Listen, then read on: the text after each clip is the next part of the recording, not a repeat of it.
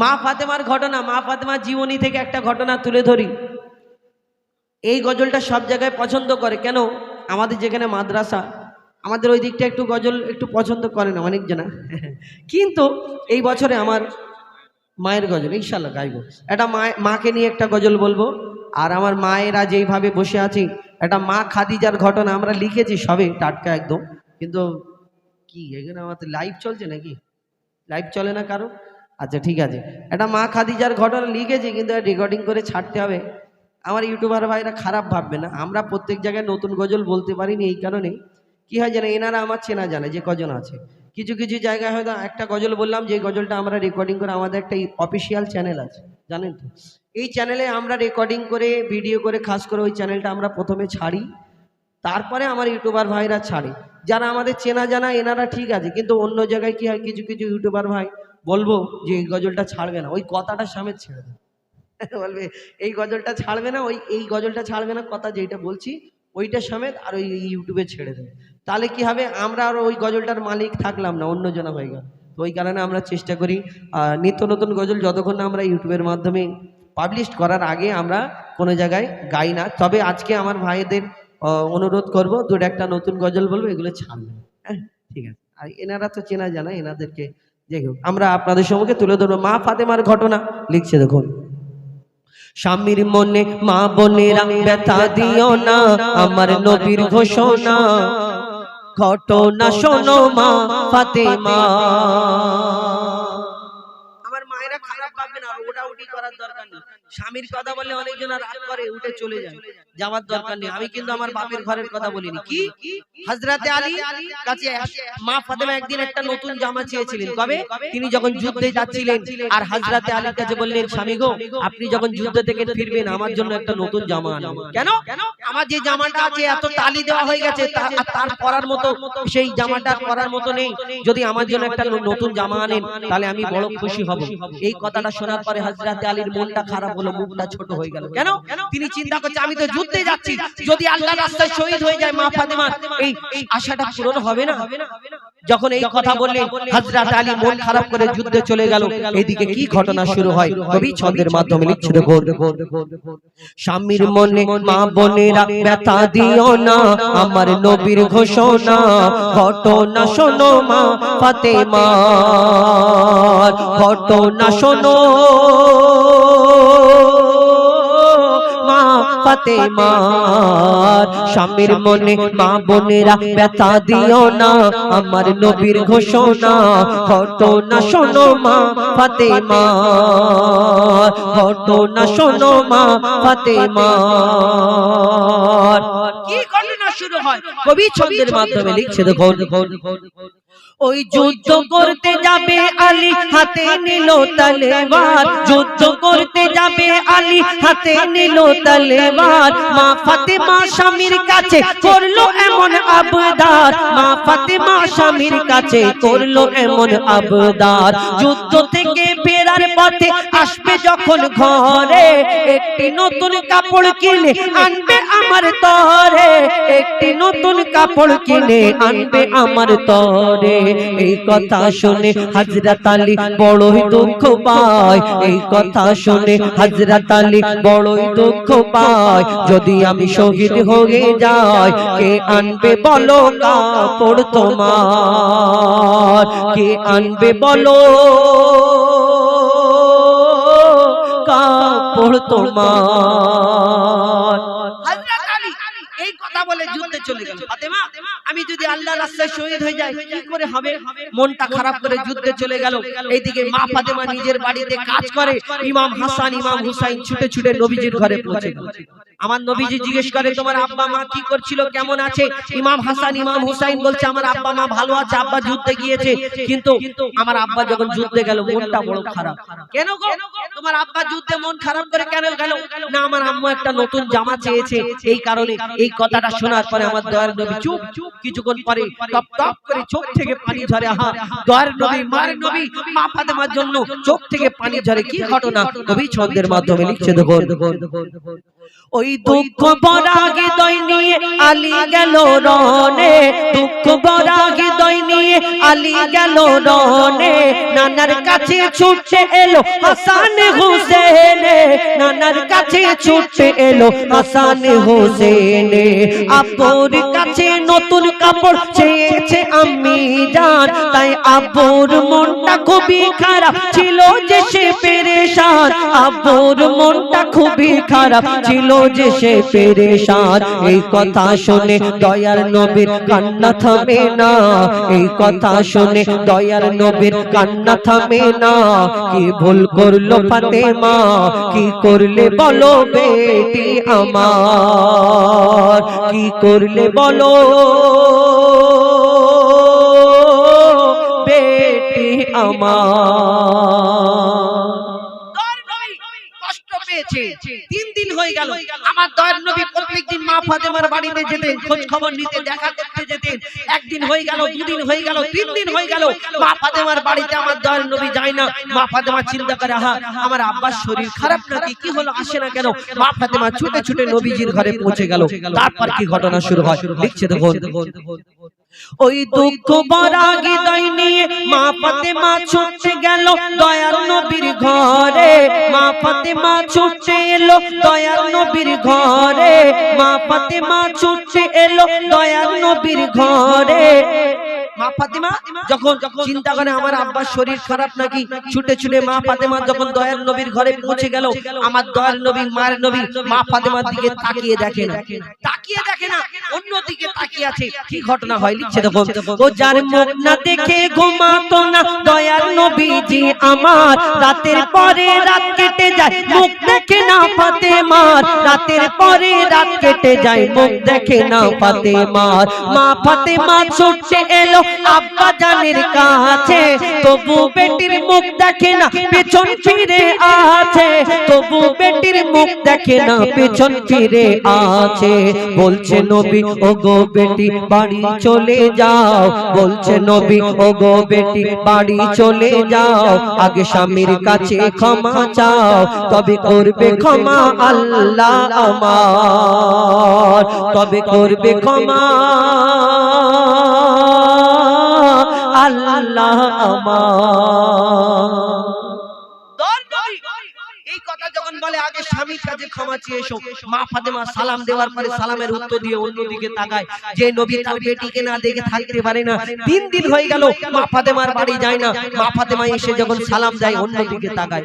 আর আমাদের ঘরে কিছু প্রধানমন্ত্রী মার্কা মা আছে, যদি দেখবেন শ্বশুর বাড়ি যাওয়ার পরে মেয়েদের তো একটু সমস্যা হয় সেটিং হতে সেই জায়গায়, কিন্তু সেই জায়গায় গিয়ে যদি মেয়ে ফোন করে মা গো তুমি আমাকে কোন জায়গায় বিয়ে দিলে, ওর থেকে ভালো আমাদের পিছনের বাগানের পুকুরে আমার গলায় কলসি ঢুকিয়ে আর ওইখানে মেরে ওই ডুবিয়ে মেরে ফেলে দিতে তোমার আরামে থাকতাম।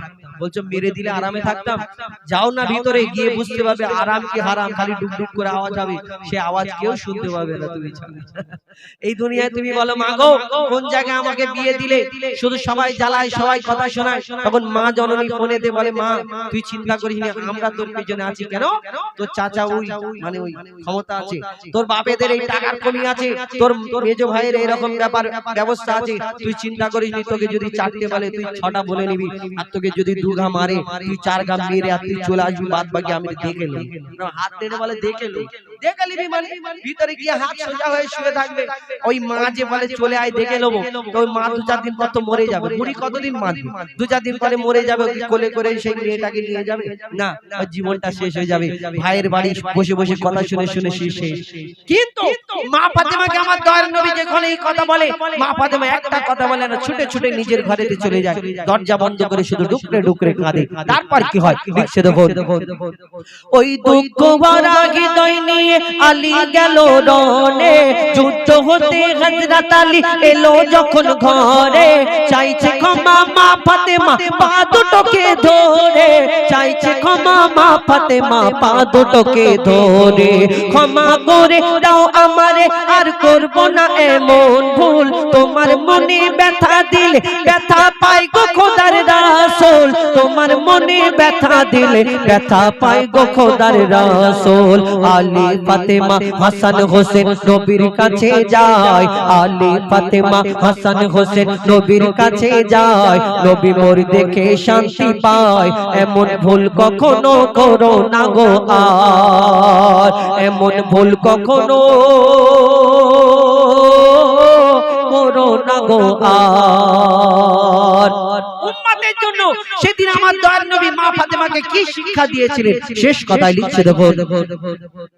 ওই বলছে নবী আল আরাবী, বলছে নবী আল আরাবী, ও ফাতেমা শোনো না, বলছে নবী আল আরাবী, বলছে নবী আল আরাবী, শোনো বেটি ফাতেমা, বলছে নবী আল আরাবী, শোনো বেটি ফাতেমা, আলী যদি আজ তোমাকে না করি তো ক্ষমা, আলী যদি আজ তোমাকে না করি তো ক্ষমা, আমি তোমার আব্বা তোমাকে ক্ষমা করতাম না, স্বামীকে যে দুঃখ দেবে আমি নবী তাকে চিনব না, স্বামীকে যে দুঃখ দেবে নবী তাকে চিনবে না। কেমন শিক্ষা দিয়ে গেল নবী তো জাহান, বলে মইদুল ইসলাম বলছিল না মা ফাতেমা, বলছিল না মা ফাতেমা। স্বামীর মনে মা বোনেরা ব্যথা দিও না, আমার নবীর ঘোষণা ঘটনা শোনো মা ফাতেমা, ঘটনা শোনো মা ফাতেমা, ঘটনা শোনো মা ফাতেমা। আমাদের উদ্দেশ্য খারাপ কিছু না, কারোকে কষ্ট দেওয়ার জন্য না, আমাদের উদ্দেশ্য হলো এটাই যে আপনারা যদি এই গজল থেকে শিক্ষা পান, চেষ্টা করেন সুন্দর জীবন যাপন করার।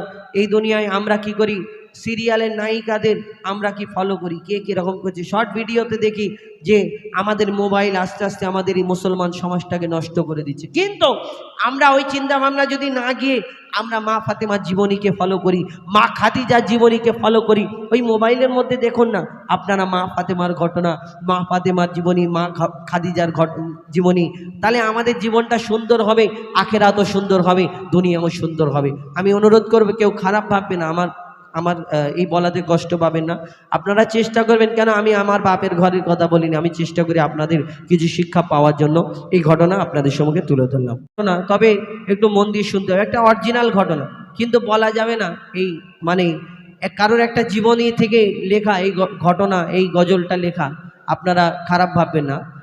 আমরা যখন বড় লোক হয়ে যাই না, তখন মা বাপকে ভুলে যাই।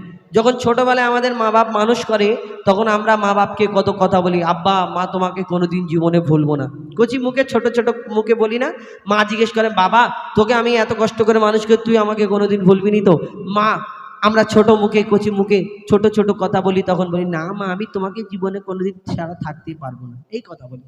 কিন্তু যখন বড় হয়ে যায়, মুখটা বড় হয়ে যায়, আমাদের বলিটা বড় হয়ে যায়, বিয়ে শাদী হওয়ার পরে সবাই খারাপ না, কিন্তু কিছু কিছু মানুষ আছে এরকম করে, তাদের জীবনটা আমাদের এই চিন্তা ভাবনা করা দরকার যে আল্লাহর পরে আল্লাহ এই দুনিয়াতে যে মা বাপের সম্মান দিয়েছেন, এই দুনিয়াতে আমরা যে মা বাপকে আল্লাহ কি মর্যাদা দিয়েছে সেটা যদি জানতাম, তাহলে কোনোদিন কোনো মা বৃদ্ধাশ্রমে থাকতো না। আমি প্রত্যেক বছরে আমাদের মাদ্রাসায় জলসা হয়, আমাদের যে মাদ্রাসা, আগামী বছর হয়েছিল যে মা বাপে এই মা বাপকে নিয়ে, এই বছরে একটা মোকালামা করিয়েছি আমরা, ওই মা বাপ যে বৃদ্ধাশ্রমে পাঠিয়ে দেয়, তো সেই আমরা করি যে আমরা চেষ্টা করি মা বাপকে, যে আমরা এই যে মানে অবহেলা করে যে সন্তানগুলো যারা লাঞ্ছিত বঞ্চিত থাকে এই দুনিয়ায়, সেই মা বাপ না যেন থাকে, আমরা চিন্তা ভাবনা এটাই করি। বিশেষ করে আমরা ওই মোকালামার মাধ্যমে তুলে ধরি। আমাদের মাদ্রাসায় এই দুদিন আগে 4টে ছেলে কোরআনে হাফিজ হয়েছে, আপনারা ইউটিউবের মাধ্যমে দেখেছেন, হয়তো অনেকে দেখেননি, দেখবেন। তবে তো এই মাকে নিয়ে একটি গজল বলবো। একটা সন্তান, মা হারা সন্তান, সে মাকে যখন বেঁচে ছিল তখন তো সে সেবা করিনি, খেদমত করিনি।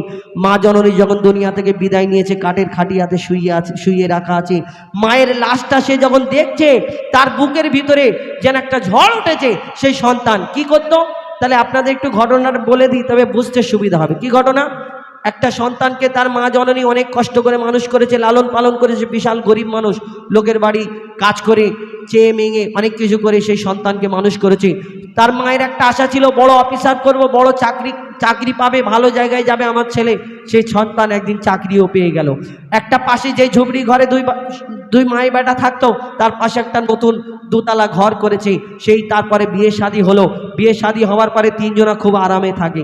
কিন্তু হঠাৎ একদিন কি হলো, সেই মায়ের যখন অসুস্থ হয়ে গেল, মা যখন অসুস্থ হলো, সেই বৌমা মানে স্ত্রী, সেই ছেলের স্ত্রী চিন্তা করলো এবার তো সেই শাশুড়ি পেচ্ছাপ পায়খানা পরিষ্কার করতে হবে। কি হবে না, আমি শাশুড়িকে কেমন করে বার করতে হবে।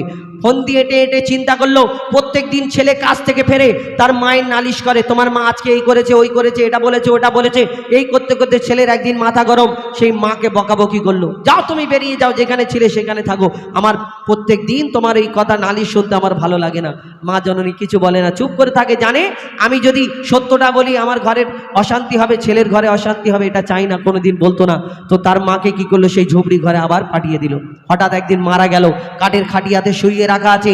মায়ের খাটিয়াতে যখন মায়ের মরা মুখটা দেখছে, তার বুকের ভিতরে ঝড় উঠছে। সে সন্তান কি বলছে কবি ছন্দের মাধ্যমে অতি মূল্যবান কথায় লিখছে, দেখুন। ও গো মা জননী ঘুমিয়ে কেন,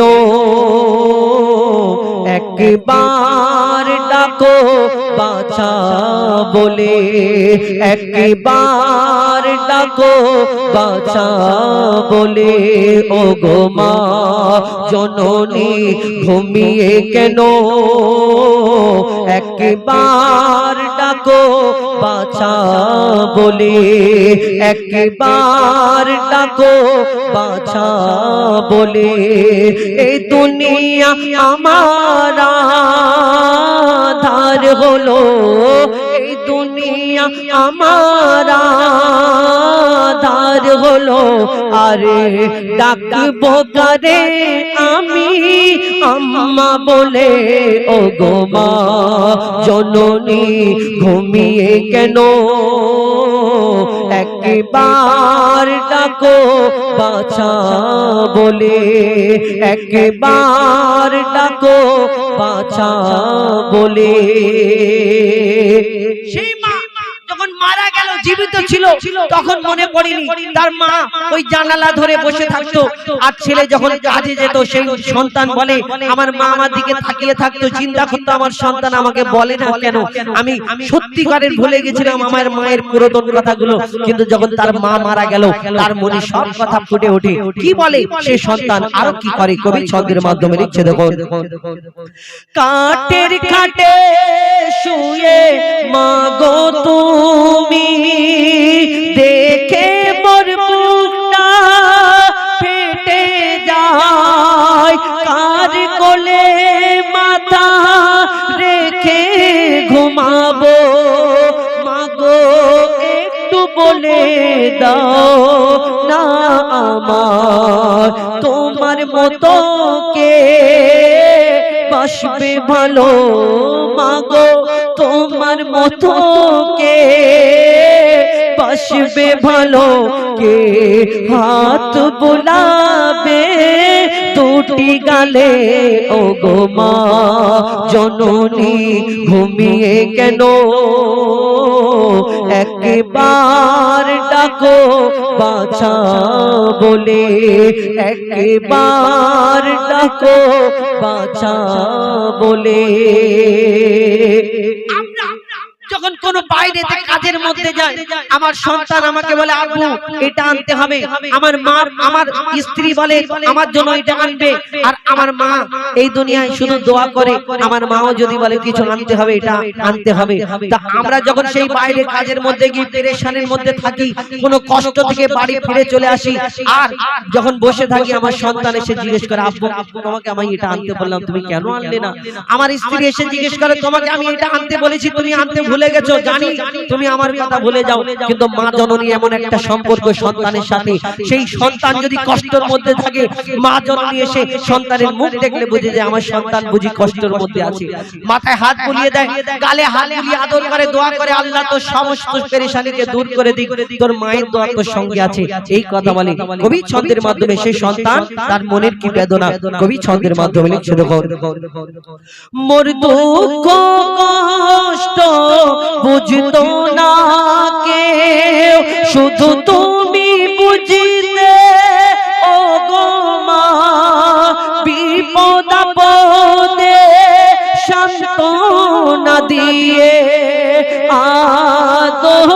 কপালে দিতেছ মা তোমার কলিজার টুকরাকে মাগো তোমার কলিজার টুকরাকে মাগো কার ভরসায় রেখে গেলে ও গো মা জননী ঘুমিয়ে কেন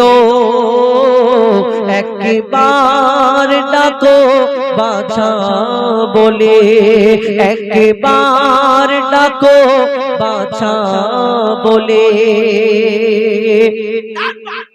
মায়ের কবর দেওয়া হচ্ছে সন্তান যখন উপরে দাঁড়িয়ে আছে মায়ের কবরে শুইয়ে দেওয়ার পরে কাফনের ওই গাঁটটা খুলে দিয়ে আর কাফনের মুখটা খুলে যখন সন্তানের দিকে একবার দেখানো হচ্ছে যে একবার শেষ দেখাটা দেখে নাও সেই সন্তানের চোখ থেকে টপ টপ করে পানি ঝরছে কবরে পড়ছে শুনে রাখো তুমি জিন্দা মাকে কষ্ট দিলে আর মরা মায়ের কবর যদি কেঁদে ওই ভাসিয়ে দাও তাহলে সেই দিন কোনো কাজে লাগবে না সেই সন্তান তার মায়ের মুখ দেখে আরো কি বলে শেষ কথাই লিখছে দেখো শোনো গো আমার মা জননী থামে না আমার চোখের পানি শত কাজের মাঝে মাগো তোমার আমি খেয়াল রাখতে পারিনি তোমার মতো কে কত কষ্ট দিয়েছিলাম মাগো কত কষ্ট দিয়েছিলাম তবুও তুমি দূরে দাওনি ঠেলে ও গো মা জননী ঘুমিয়ে কেন একবার ডাকো বাছা বলে একবার ডাকো বাছা বলে একবার ডাকো বাছা বলে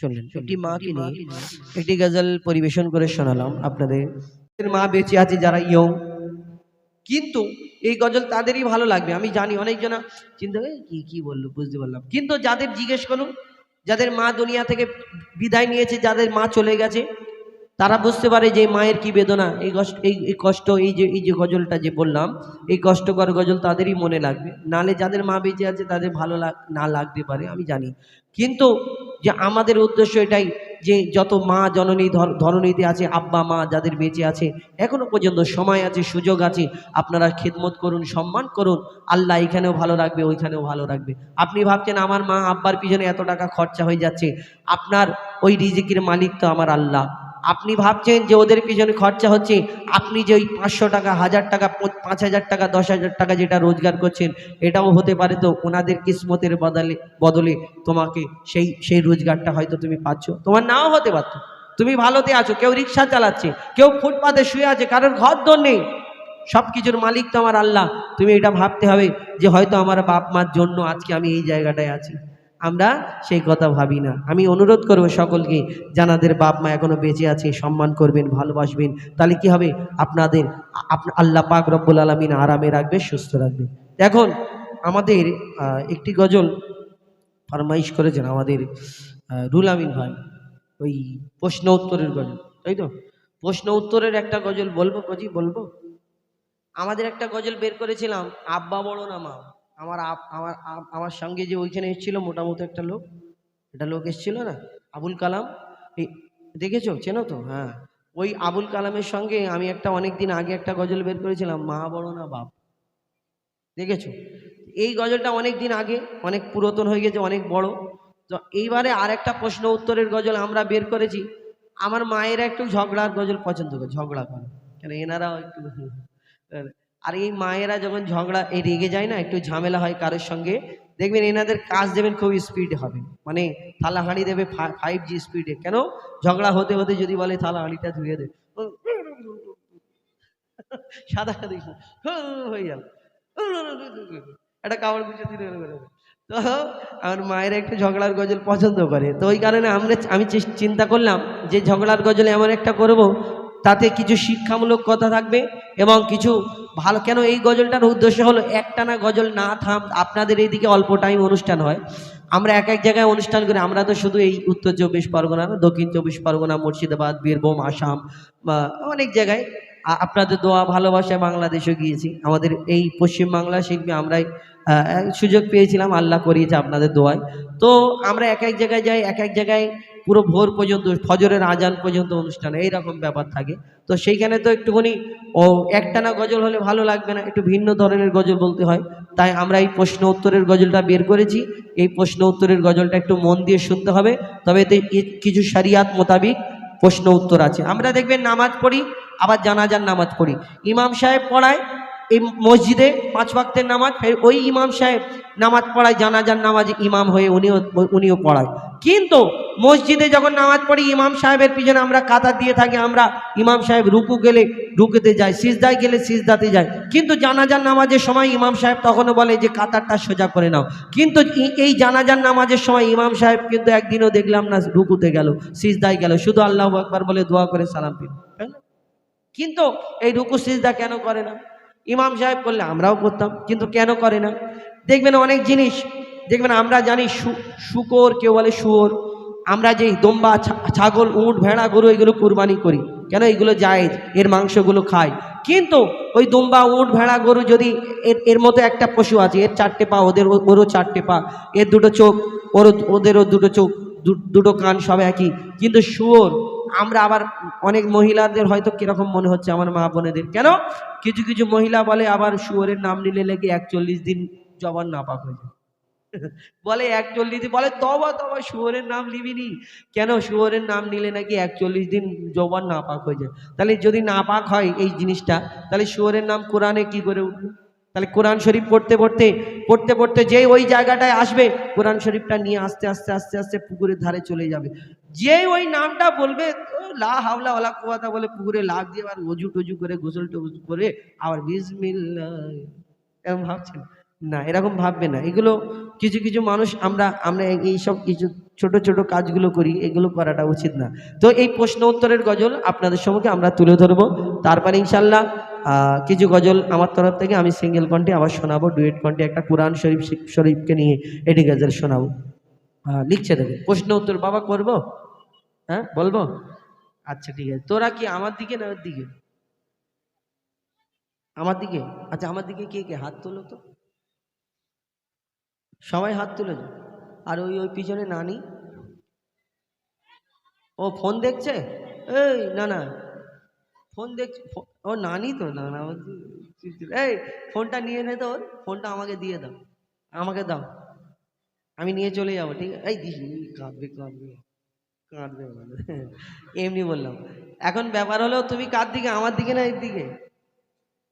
হ্যাঁ, ওইটা রুল আমিন ভাইয়ের মেয়ে নাকি পাশেরটা? হ্যাঁ, রুল আমিন ভাইয়ের মেয়ে এটা। আচ্ছা ঠিক আছে, ফোনটা বন্ধ করো কচি, নালে কিন্তু ফোন নিয়ে চলে যাব, ঠিক আছে?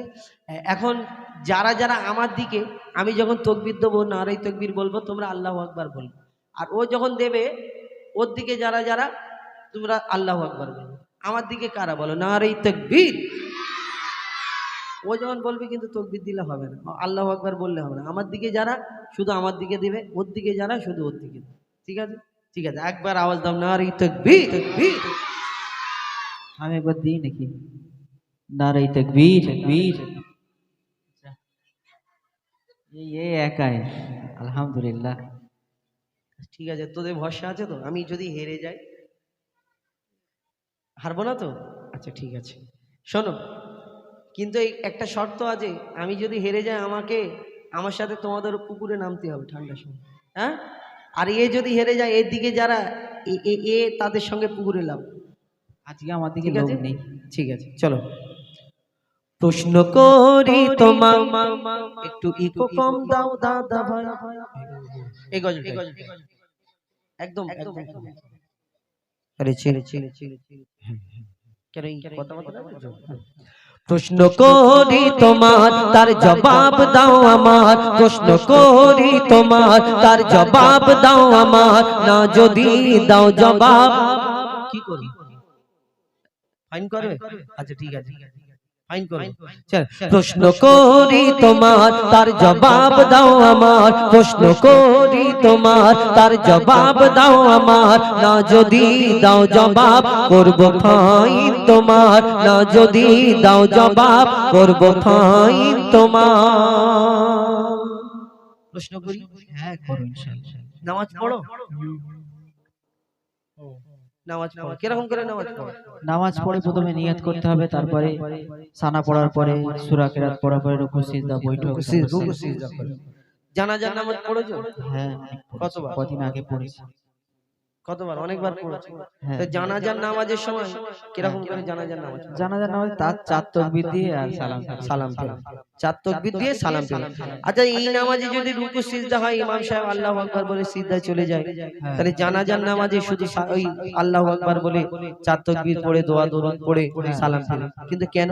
শোনো, জানাজার রুকু আর সিজদা ওই কেন নাই, জানাজার রুকু আর সিজদা ওই কেন নাই, উত্তর জানাজার রুকু আর সিজদা ওই কেন নাই, উত্তর কেমন দাও তুমি দেখতে আজ আমি চাই, জানাজার রুকু আর সিজদা ওই কেন নাই, উত্তর কেমন দাও তুমি দেখতে আজ আমি চাই, উত্তর যদি না পারো বুঝবো তুমি বেকার, উত্তর যদি না পারো বুঝবো তুমি বেকার, না যদি দাও জবাব কি করো? ফাইন করো। করব ফাইন তোমার। নারে তাকবীর। শোনো, তুই একবার একা দিয়ে তো, একা তোমরা কেউ বলবে না, তুমি একবার একা দাও আল্লাহু আকবার, দেখি নারে তাকবীর। আমি জানি তোমার জোরে হবে, তোমার হাত নেই তো, আওয়াজটা একদম ক্লিয়ার হবে। আল্লাহু আকবার। হ্যাঁ, কি প্রশ্ন করলাম? জানাজা রুকু সিজদা নেই কেন? তুমি প্রশ্ন করলে জানাজায় রুকু সিজদা নেই কেন, আর তোমরা তাকবীর দিচ্ছ তো আমার দিকে না তো। হ্যাঁ একেবারে বেহুজ্জত এইভাবে। দেখো কিরকম উত্তর দিচ্ছি, দেখো। তুমি বললে জানাজায় রুকু সিজদা নাই কেন, তাহলে শোনো মন দিয়ে। মাইয়া তেরি সামনে সিজদা যদি করা হয়, শুনছো নাকি? আমি কালা না, আমার গান ঠিক আছে। আচ্ছা ঠিক আছে, শোনো। মাইয়া তেরি সামনে সিজদা যদি করা হয়, সেই মাইয়া তেরি সাথে খোদার শিরক হয়ে যায়, শোনো ভালো করে শোনো। মাইয়া তেরি সামনে সিজদা যদি করা হয়, সেই মাইয়া তেরি সাথে খোদার শিরক হয়ে যায়, রুকু ও সিজদার আল্লাহ শুধু হকদার, রুকু ও সিজদার আল্লাহ শুধু হকদার, দিলাম জবাব তোমায় দাও ফাইন এখন আমার। কি করব? একটা উত্তরও দিয়ে ফেলেছি, তাহলে কি মনে হয় আমি হেরে যাব? এখনো বিশ্বাস আছে? জোরে তাকবীর দে, নারে তাকবীর। আরেকটু জোরে দে, নারে তাকবীর। আচ্ছা, তোমরা যে আমার দিকে তাকবীর দিচ্ছ, আমি পয়সা দিচ্ছি বলে তাই না? তোমাদের ভরসা আছে তো জিতবো? আচ্ছা ঠিক আছে। এখন ব্যবহার হলো, ও বললে রুকু সিজদার হক আল্লাহ ছাড়া কারোর সামনে সিজদা করা যাবে না, কারোর সামনে ঝোঁকা যাবে না। তাই মাইয়া ওই ইমাম সাহেবের নামাজের সময় এই আমরা যে নামাজ পড়ি, নামাজের সময় ইমাম সাহেবের সামনে আর কেউ থাকে না, তাই আমরা রুকু করি, সিজদা করি, আল্লাহকে বিশ্বাস করে যে আল্লাহকে আমরা সিজদা করছি। কিন্তু জানাজার সময় সামনে একটা খাটিয়া রাখা থাকে কিনা, ওর মধ্যে একটা মাইয়াত থাকে, একটা মানুষ থাকে, মরা মানুষ। তাহলে আমরা যদি ওই সময় রুকু সিজদা করি, ইমাম সাহেবের সামনেও কারোকে সিজদা করা হবে, রুকু করা হবে, তাহলে আল্লাহ ছাড়া কারোর সামনে সিজদা করা কি? শিরক। আর এই শিরকের গুনাহ মাপ নেই। ভালো উত্তর দিয়েছে। আরেকটা প্রশ্ন করি, দুম্বা, ছাগল, উট, গরু, ভেড়া এগুলো খাও? হ্যাঁ কুরবানি করো? হ্যাঁ। এগুলো যাই? শুয়োর? নাউজুবিল্লাহ না। শুয়োর নাউজুবিল্লাহ। কেন? শুয়োর খাওয়া হারাম, তাই খাওয়া হারাম। এর 4টে পা আছে, দুম্বা, ছাগল, উট, ভেড়া, গরু 4টে পা আছে। ভাই ভুল বললে বলবে। এর 2টো কান আছে, দুম্বা, ছাগল, উট, গরু, ভেড়া এর 2টো কান আছে, এর 2টো চোখ আছে, ওর 2টো চোখ আছে, এর মুখ আছে, ওর মুখ আছে, জিভ আছে, জিভ আছে, এ চেঁচায়, এ চেঁচায়, কেউ ব্যাগ করে চেঁচায়, কেউ কিন্তু আবার এর গোশ দেখবে যেটাই বিক্রি হয় 1.5 ইঞ্চি মোটা চর্বি, এরকম ব্যাপার। কিন্তু এইগুলো যদি হালাল হয় এটা কেন হারাম? শোনো বলো। দুম্বা ছাগল উট গরু ধর্মে হালাল জানি, দুম্বা ছাগল উট গরু ধর্মে হালাল জানি, শুকর কেন হয় হারাম তার জবাব দাও তুমি। দুম্বা ছাগল উট গরু ধর্মে হালাল, দুম্বা ছাগল উট গরু ধর্মে হালাল জানি, শুকর কেন হয় হারাম তার জবাব দাও তুমি। সময় দিলাম 2 মিনিট তার বেশি আর তো নয়, সময় দিলাম 2 মিনিট তার বেশি আর তো নয়, না যদি দাও জবাব করব ডবল ফাইন তোমার। নারী তাকবীর। জিতে আছি একটা, ডবল ফাইন না। তোরা জোর করে তাকবীর দিবি, জিতবো আমি সেই। হ্যাঁ, তুমি বললে দুম্বা ছাগল উট গরু ভেড়া ইসলামে জায়েজ, শুকর হারাম কেন? উত্তর দেবো নাকি? আমি প্রশ্নটা কিসের জন্য করে করছি? উত্তর দেওয়ার জন্য আবার জিজ্ঞেস করছি, দেবো? আচ্ছা একবার তাকবীর দাও না। নারে তাকবীর। তোকে টাকা দিবি, তুই আমার দিকে না ওর দিকে? তাহলে ওর জন্য আবার দিচ্ছি। চুপ কর। যাই হোক, মানে সাপোর্টার কিনে নেওয়া হচ্ছে, আমার আর কিছু বলার নেই। ঠিক আছে, তোকে জামাই জামাই মতো এখন টাকার যুগ তো। যাই হোক, শোনো, তুমি বললে দুম্বা ছাগল উট গরু ভেড়া এগুলো ইসলামে জায়েজ, শুকর হারাম কেন? তাহলে শোনো মন দিয়ে।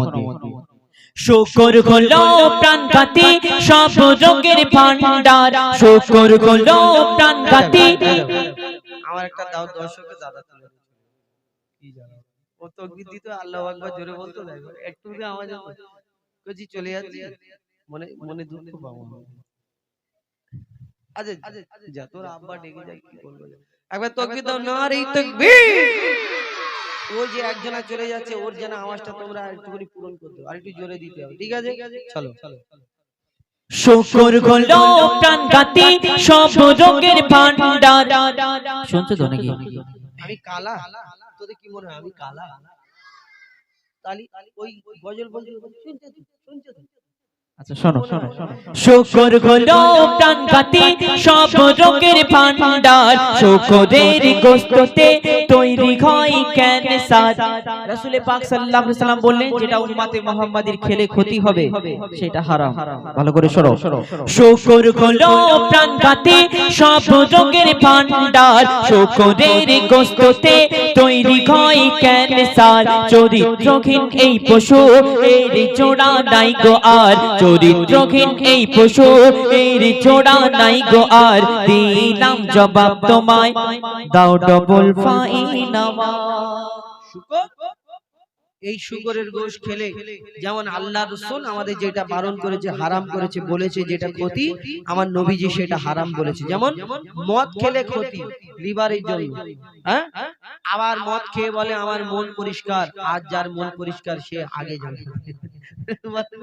এই শুয়োর আমাদের জন্য খাওয়া হারাম কেন? আমাদের জন্য ক্ষতিকর। এতে ক্যান্সারের 100 মানে পুরো 100% চান্স যে খেলে ক্যান্সার হওয়ার সম্ভাবনা আছে। তাই আমার নবী বলেছে, তাই আমরা সেই জিনিসটাকে হারাম করে দিই। আমার নবীকে মহব্বত করি তাই আমরা হারাম বলেছি, এবং আমার নবী বলেছেন তাই আমরা সেই জিনিসটাকে ছুঁয়েও দেখিনি। তা কি করব? খেলা শেষ? না, এবারে আমি তোমাকে দুটো একটা প্রশ্ন করব, তারপর শেষ করব ইনশাআল্লাহ। আচ্ছা ঠিক আছে। কি করব? প্রশ্ন করব, উত্তর দেব, পারবো তো? আর তাকবীর দাও, নারী তাকবীর। আসছে হয়ে যাচ্ছে কেন? আর ওরা পানি হওয়ার মতন, যেন ওই দিক থেকে পানি হচ্ছে, এই দিক থেকে পানি হচ্ছে, আল্লাহ আল্লাহ এরকম কেন? সবাই একসাথে বলো, নারী তাকবীর। যাই হোক, যতই তাকবীর দাও জিতে যাব আমি। শোন, আচ্ছা, তোমাকে কি ভূমিকাতে প্রশ্ন করব নাকি সুরে সুরে করব? আমি কি সুরে করেছি না ভূমিকা? আচ্ছা ঠিক আছে, মন দিয়ে শুনবে, ঠিক আছে? মরা মাছ ইসলামে খাওয়া যে নয় হারাম। শুনতে পাচ্ছ না? মরা মাছ ইসলামে খাওয়া হারাম। আমি ওই জন্য বারবার বলি, শুনতে পাচ্ছ? শুনছো? ওই শুনতে হবে। আমি বললাম মরা মাছ ইসলামে খাওয়া নয় হারাম। নয়, তাই বলো। আমি ভাবছি শুকো মাছ ও মানুষ মরে পচে তাকে রোদেতে শুকিয়ে তাকে উচ্ছে দিয়ে রান্না করে খেয়ে নিচ্ছে, আর মরা মাছ হারাম কথা। ঠিক আছে, মরা মাছ ইসলামে খাওয়া নয় হারাম। হ্যাঁ ঠিক আছে। শোনো মরা মাছ ইসলামে খাওয়া যে নয় হারাম, কিন্তু মরা মুরগি ওই খাওয়া কেন হারাম? মরা মাছ ইসলামে খাওয়া যে নয় হারাম, কিন্তু মরা মুরগি ওই খাওয়া কেন হারাম? আশা রাখি এর জবাব দেবে সঠিক আমার, আশা রাখি এর জবাব দেবে সঠিক আমার। না যদি তাও জবাব করব ফাইন তোমার। মরা মাছ ইসলামে খাওয়া হালাল, হ্যাঁ মরা মুরগি কেন হারাম? ডেঞ্জার প্রশ্ন করেছে, খুব ডেঞ্জার কঠিন প্রশ্ন করেছে।